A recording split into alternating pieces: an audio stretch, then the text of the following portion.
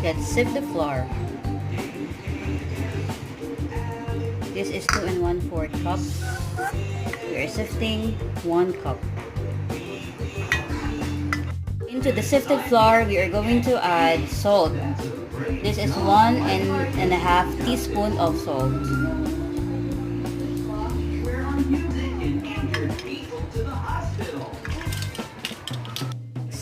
And then we put this in the refrigerator.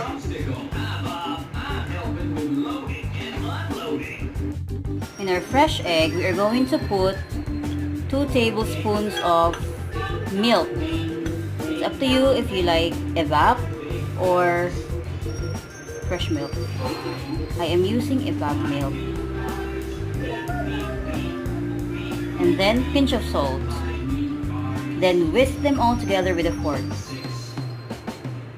Put the butter, this is 1/2 cup of butter, into the sifted flour plus the salt.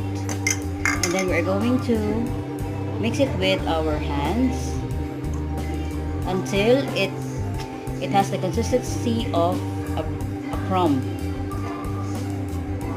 You can also use the fork. Now the consistency is already crumb-like texture. We are going to mix in the egg mixture, salt, and the milk.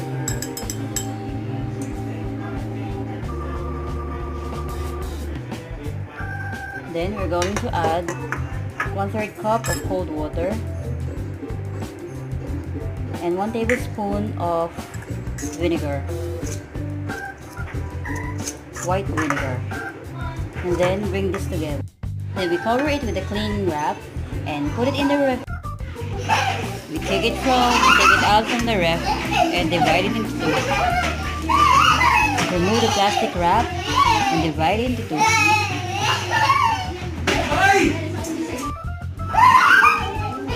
And reserve the other half if you are going to use it to some recipes like apple empanada or something like that. And then the other half, we're going to put it in the flat surface and start to fill in the empanada beef filling.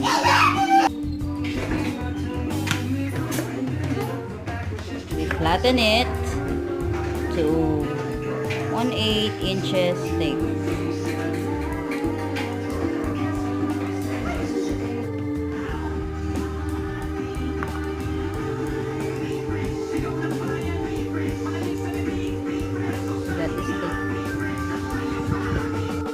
Now we're going to fill in a little of the beef in the middle, and we are going to close it. Hold it.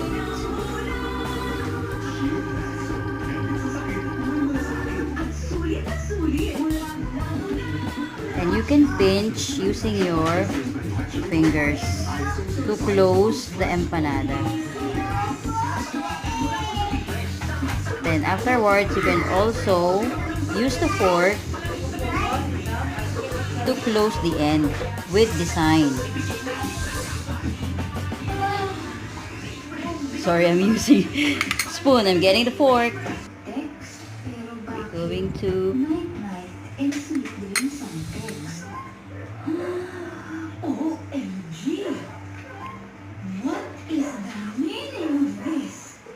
we can put some designs.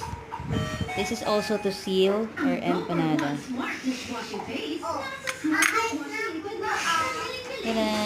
Or we can also use another method. Press a little bit and we put the filling inside. So I pinched already the ends, and now we can do the overlapping. You get and overlap. You get and overlap. Get.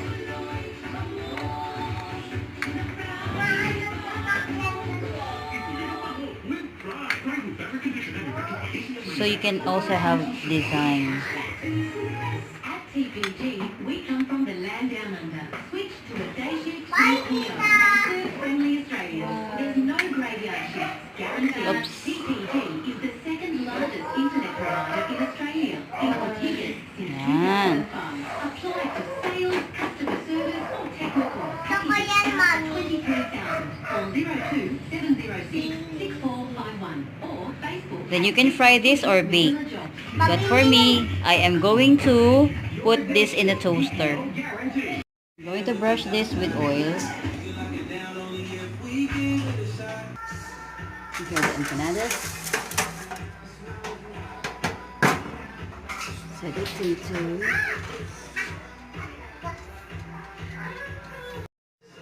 Wow.